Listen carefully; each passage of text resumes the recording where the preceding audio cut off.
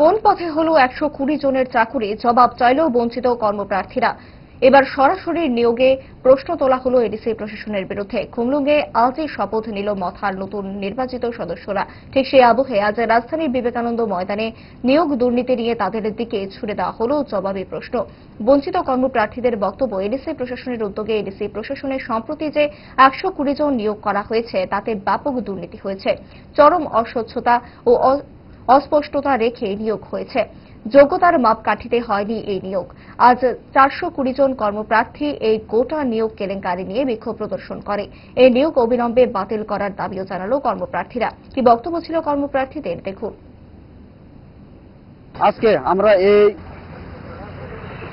স্বামী বিবেকানন্দ ময়দানের সামনে আমরা সবাই এখানে গ্যাদারিং আছি, প্রায় 400 থেকে 420 জনের লোক মতন।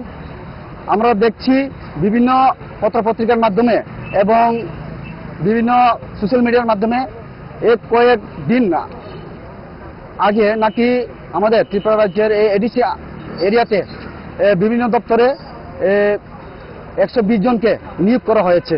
এডিসি এরিয়াতে না কোনো বিজ্ঞপ্তি ছেড়ে হয়েছে পত্রপত্রিকার মাধ্যমে, না সোশ্যাল মিডিয়ামে, নাকি পরীক্ষা হয়েছে, না ভাইবা হয়েছে।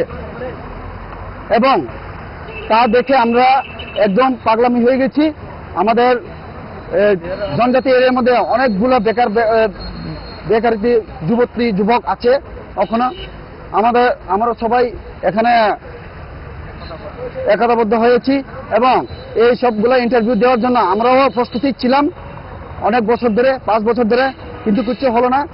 এই কি দেখা গেছে যে ইলেকশন কাছাকাছির মাধ্যমে এইগুলা ইন্টারভিউ হয়ে গেছে, শোনা গেল এইগুলা কি নাকি পোস্টিংও দেওয়া হয়ে গেছে, আমরা শুনেছি।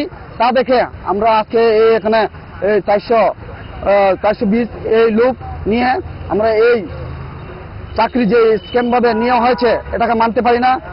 আমি প্রার্থনা করব এই সব এডিসি এরিয়াতে যে চাকরি নিয়েছে এগুলো 120 জনকে এটা বাতিল করতে হবে এবং জবাব দিতে হবে।